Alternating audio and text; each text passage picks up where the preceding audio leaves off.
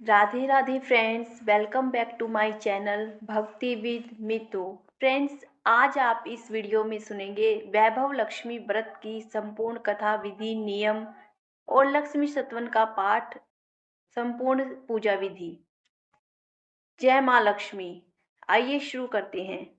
माँ वैभव लक्ष्मी का व्रत जो भी सच्चे और शुद्ध मन से रखेगा, उस व्रत के साथ इस कथा को सुनेगा और लोगों को सुनाएगा, उस पर माँ लक्ष्मी की कृपा अवश्य होगी और उसे मनचाहा फल मिलेगा।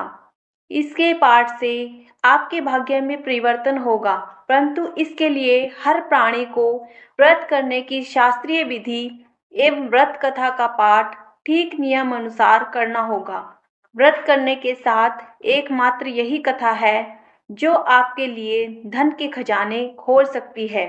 यह व्रत शीघ्र फल देने वाला है, किंतु फल न दे तो 3 माह के बाद फिर से यह व्रत शुरू करना चाहिए और जब तक मनोवांछित फल न मिले तब तक यह व्रत 3-3 महीने पर करते रहना चाहिए, तो कभी भी इसका फल अवश्य ही मिलता है।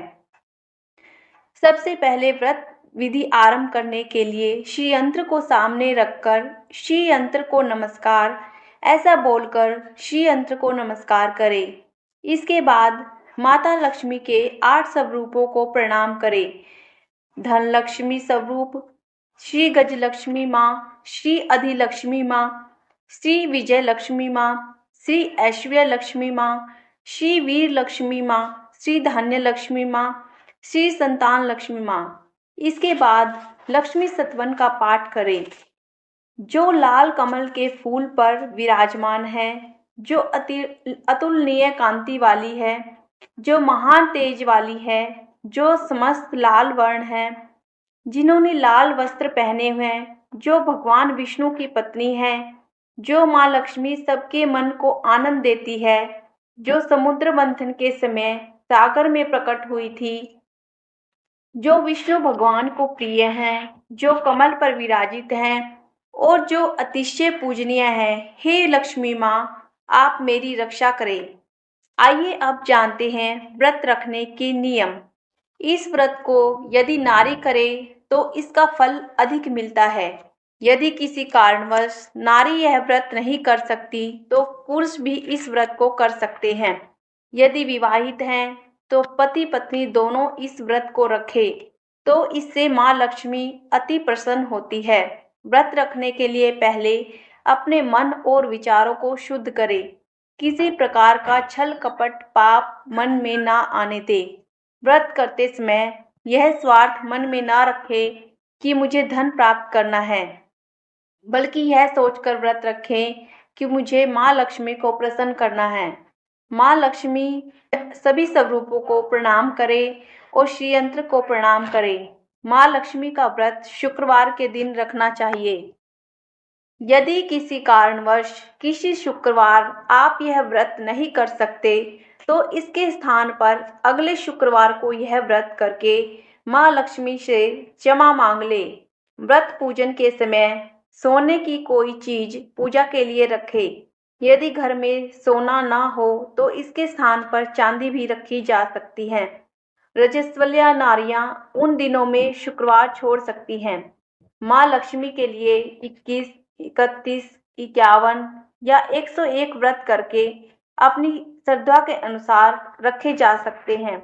व्रत संपूर्ण हो जाने पर 7 कन्याओं को अच्छे से अच्छा भोजन और लक्ष्मी पूजन के पश्चात एक पुस्तक भेंट में देनी चाहिए। हर व्रत संपूर्ण होने पर माँ वैभव लक्ष्मी व्रत की कथा की 11, 31, 21, 51, 101 या इससे अधिक पुस्तकें अपने मित्रों, संबंधियों व सत्संग में अवश्य बांटें।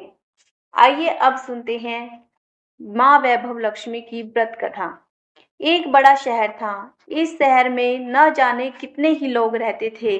देश के कोने कोने से रोजगार की तलाश में आए लोग जब इस शहर में आते थे तो उनके पास कुछ भी तो नहीं होता था। उनकी एकमात्र यही इच्छा रहती थी कि उनको किसी तरह से भी 2 समय की रोटी मिल जाए। मेहनत मजदूरी करके अपने बच्चों का पेट पाल ले, बस प्रभु के गुण गाएं। वैसे देखा जाए तो मानव की इच्छाओं की कोई सीमा नहीं होती। शुरू में वह यही सोचता है कि उसे 2 समय की रोटी मिल जाए। प्रभु की यही सबसे बड़ी कृपा होगी। इसी के लिए वह मंदिरों में जाते हैं, तीर्थ यात्रा करते हैं, कथा सुनते हैं।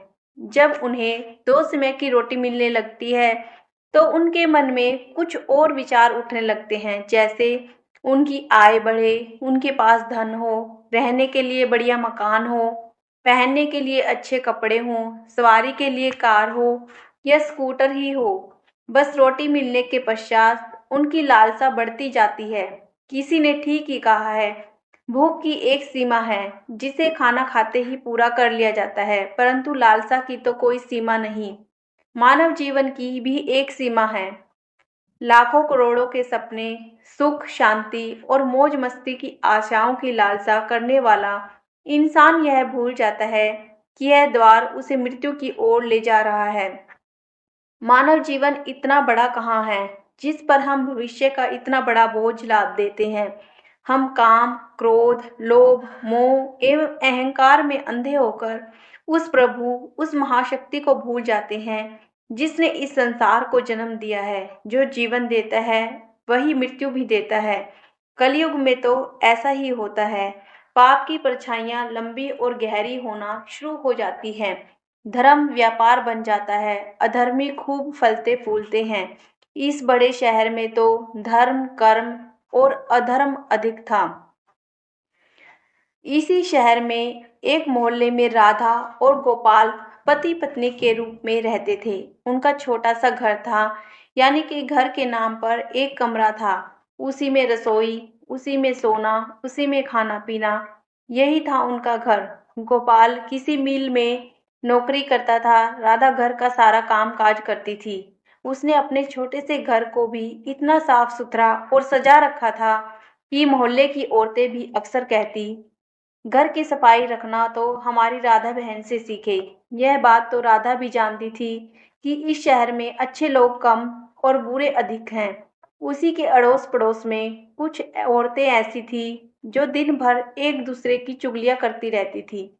दूसरों के घरों में ताक झांक कर उनकी बुराइयां ढूंढना तो उनका सबसे पहला काम था। अपने घर की भले ही उनको कोई खबर ना हो, मगर पूरे मोहल्ले की खबर तो उनके पास यूं ही रहती थी, जैसे मोहल्ले की डायरी लिखने का काम प्रभु ने उन्हें ही सौंप रखा हो। राधा को उनकी यह बातें पसंद नहीं थी। पहले तो उसे घर के कामकाज से समय नहीं मिल पाता था। दूसरा, पति की सेवा करना उसका धर्म था।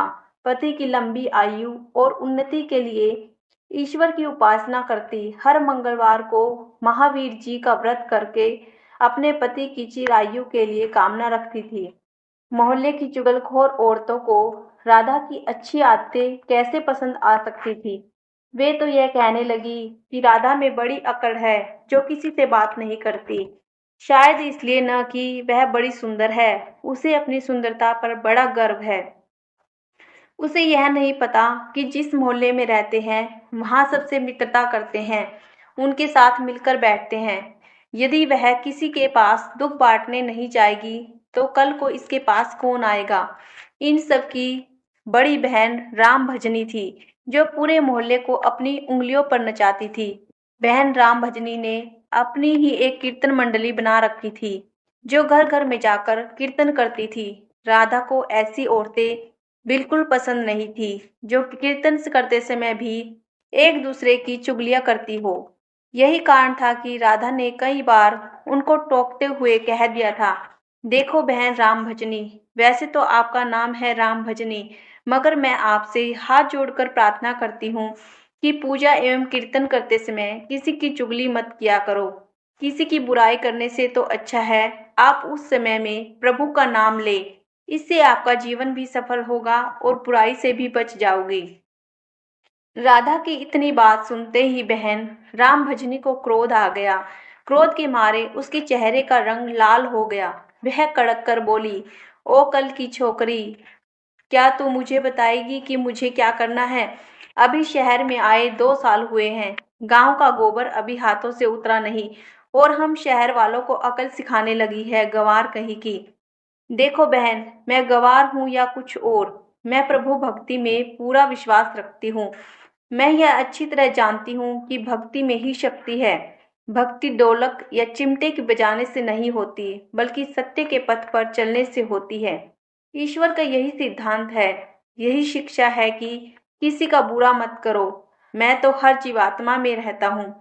तुम मेरी तलाश में क्यों बाहर भटक रहे हो? यदि तुम सत्य और विश्वास का सहारा लेकर अपनी आत्मा में मुझे तलाश करोगे, तो मैं तुम्हें अवश्य मिलूंगा।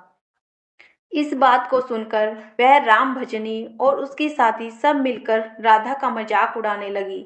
राधा जानती थी कि यह लोग पाप करने वाले हैं, इनकी पूजा तो केवल ढोंग है, दिखावा है। इनके मन काले हैं, खोटे हैं, इनसे अधिक बोलने का कोई लाभ नहीं। इनकी कीर्तन मंडली खूब धन कमा लेती है। ईश्वर के नाम पर व्यापार, दुर्गा के नाम पर लूट, छी छी छी, घिन होने लगी थी राधा को इन सब से। उसने अपने घर में पूजा पाठ करना शुरू किया, इन लोगों से दूर रहने लगी। उधर गोपाल बुरी संगत में पड़कर शराब पीने लगा, जुआ खेलने लगा। गांव से आया सीधा साधा गोपाल शहर में साथियों के साथ ऐसा फंसा कि उसे यह बुरी आदतें लग गई। शुरू शुरू में उसने अपने आप को बहुत बचाने का प्रयास किया, लेकिन जब चारों ओर ही आग लगी हो तो वह कब तक बच सकता था। एक मजदूर का वेतन ही कितना होता है? सारा मास वेतन मेहनत करने से जो वेतन मिलता था, उससे घर की 2 समय की रोटी चल सकती थी। मकान का किराया, दुकानदारी, कपड़े लत्ते, यह सब कुछ उस वेतन से ही तो चलता था। लेकिन जब इस वेतन से शराब पी जाए, चरस गांजा पिया जाए, जुआ खेला जाए, तो घर कैसे चलेगा? राधा बेचारी बहुत दुखी हो गई, अंदर ही अंदर घुलने लगी। पति को मना करती तो उल्टा उसे मार पड़ती, गालियां सुनने को मिलती। घर में आकर वह इतना हाय हल्ला करता कि लोगों को उनका मजाक उड़ाने का मौका मिलता। वह अंदर ही अंदर टूटने लगी, हर समय उदास रहने लगी। अपने मन की आग को शांत करने के लिए आंसू बहाती रही। इस परदेश में उसका कौन था जो उसे सहारा देता?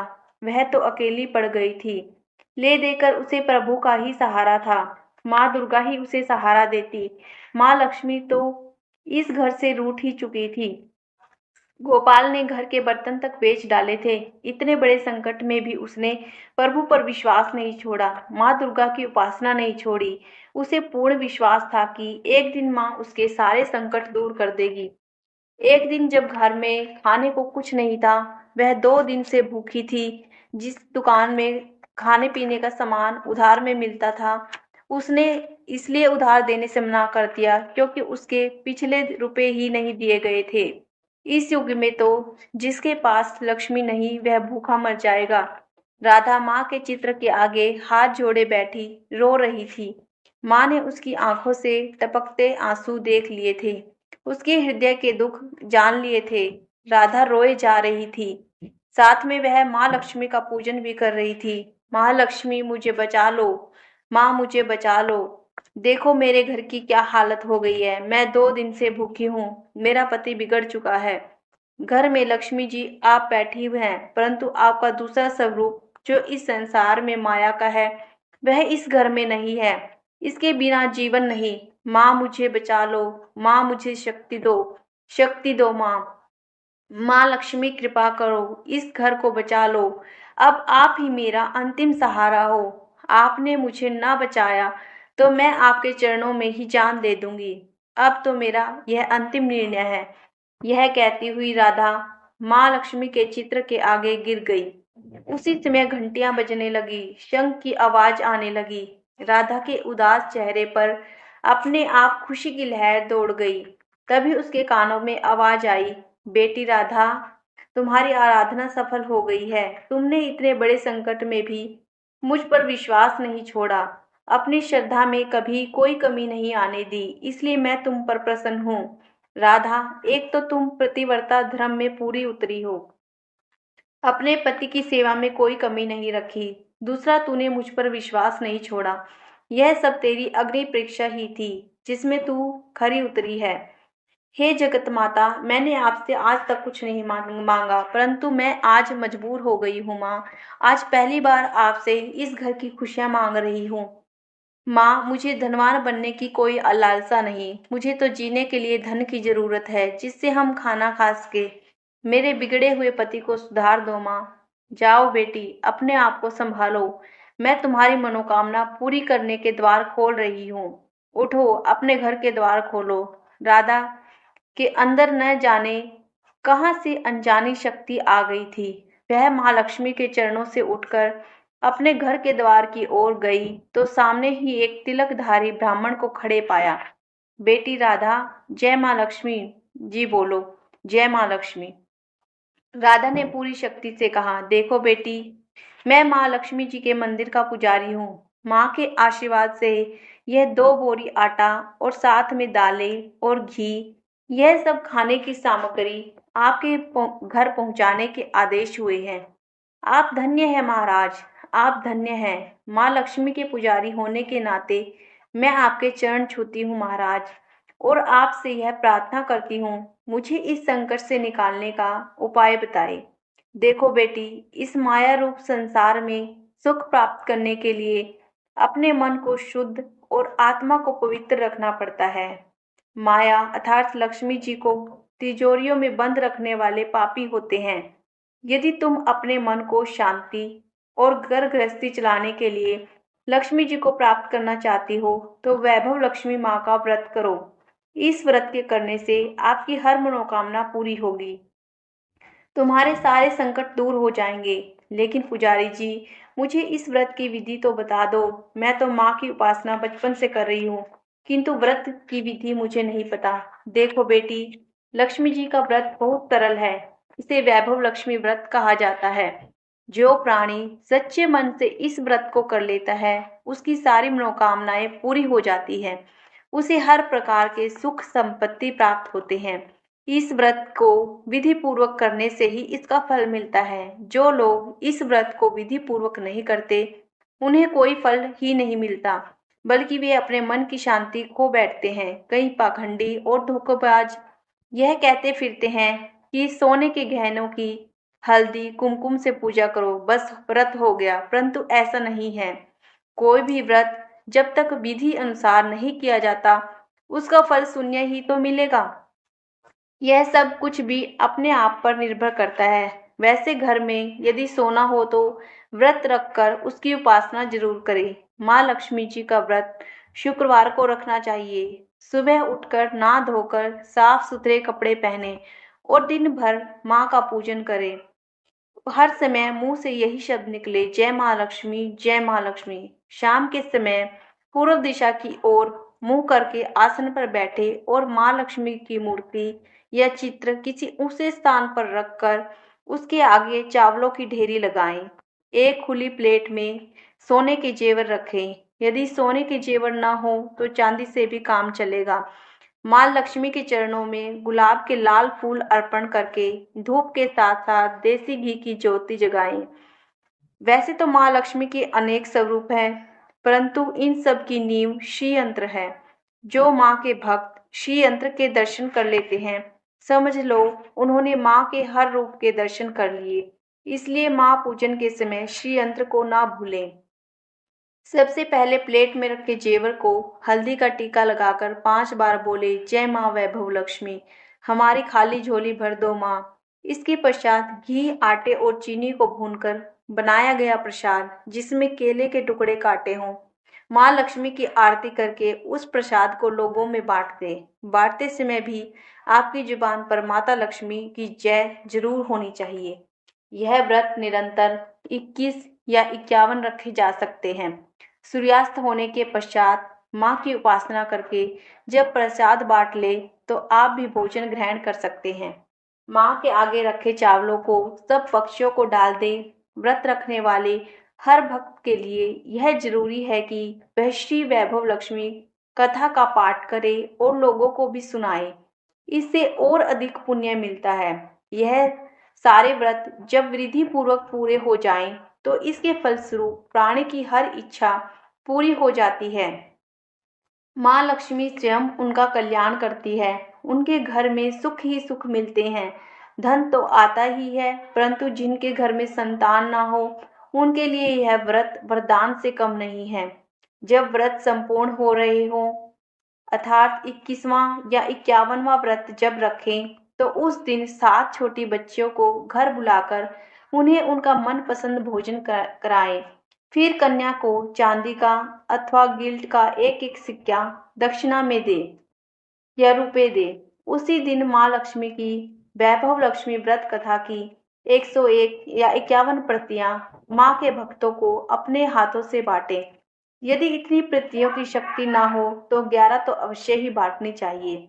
माँ की प्रतिमा के आगे बैठ दोनों हाथ जोड़कर उनसे प्रार्थना करते हुए कहें, हे माँ लक्ष्मी, आपकी और प्रभु की कृपा से मैंने अपने व्रत विधि पूर्वक पूरे कर लिए हैं। इसलिए हे माँ, आप हमारी इच्छा पूरी करो, हमारी मनोकामना पूरी कर दो माँ। हमें सदा सुखी रखना, हमारे परिवार को सुख देना माँ। बस बेटी, यही प्राणी के लिए कल्याण मार्ग है। तुम भी श्री वैभव लक्ष्मी व्रत करो, तुम्हारा पति भी ठीक हो जाएगा, तुम्हें धन भी मिलेगा, तुम सदा कष्ट मुक्त रहोगी। यह कहते हुए पुजारी जी तो चले गए। राधे ने आटे की बोरियों को पड़ोसन की सहायता से अंदर रखवा लिया, दालों को भी अंदर रखा। माँ लक्ष्मी की उपासना तो कर ही रही थी, परंतु विधि अनुसार नहीं कर पाती थी। आज माँ लक्ष्मी ने उसकी हालत देखकर जो उसकी सहायता की, उसे वह कैसे भूल सकेगी। सहसा उसे ध्यान आया कि कल ही शुक्रवार है, मैं कल से ही माँ लक्ष्मी जी के 21 व्रत आरंभ करूंगी। दूसरे ही दिन से राधा ने शुक्रवार की व्रत कथा आरंभ कर दी और साथ ही माँ का व्रत रखा। सारा दिन माँ की आरती करती रही। फिर उसने रात्रि के समय श्री वैभव लक्ष्मी व्रत कथा का पाठ करके घर पर आए पति के चरण छूकर उसे प्रसाद खिलाया, तो उसके पति ने उसे प्यार से सीने से लगा लिया और कहा, मेरी राधा, तुम तो सचमुच देवी ही लग रही हो। मैं ही पापी था जो आज तक देवता न बनकर राक्षस बना रहा, लेकिन आज मेरी आंखें खुल गई हैं। अब मुझे अपनी भूल का एहसास हो रहा है। मैं आज माँ लक्ष्मी के चरणों में बैठकर यह प्रतिज्ञा करता हूँ कि मैं कभी भी शराब नहीं पीऊंगा, न कभी जुआ खेलूंगा, न ही गंदे और बुरे लोगों की संगत में बैठूंगा। मैं तुम्हें कभी दुख नहीं दूंगा। मेरे देवता, मेरे प्राणनाथ, माँ लक्ष्मी की कृपा से आप सुधर गए तो मुझे सारे संसार के खजाने मिल गए। आज मैं कितनी खुश हूँ। माँ ने मेरा उजड़ा घर बसा दिया, मेरा सुहाग मिल गया। अब मैं 21 व्रत पूर्ण करके श्री वैभव लक्ष्मी व्रत कथा की 51 प्रतियां लक्ष्मी भक्तों को बांटूंगी, ताकि उनका भी मेरी ही भांति कल्याण हो जाए। गोपाल ने अपनी पत्नी का हाथ पकड़कर कहा, देखो राधा, जिस माँ लक्ष्मी ने मुझे पाप के संसार से निकाल दिया है, मैं भी उनके 21 व्रत रखूंगा, सदा घर में उनकी पूजा करता रहूंगा। राधा ने अपने पति के चरण कमलों में अपना सिर रखते हुए कहा, मेरे देवता, आज मैं बहुत प्रसन्न हूँ। माँ लक्ष्मी की कृपा से मुझे आज नया जीवन मिला है। बोलो जय माँ वैभव लक्ष्मी, जय माँ लक्ष्मी। फ्रेंड्स, कमेंट में जय माँ लक्ष्मी लिखना ना भूलें।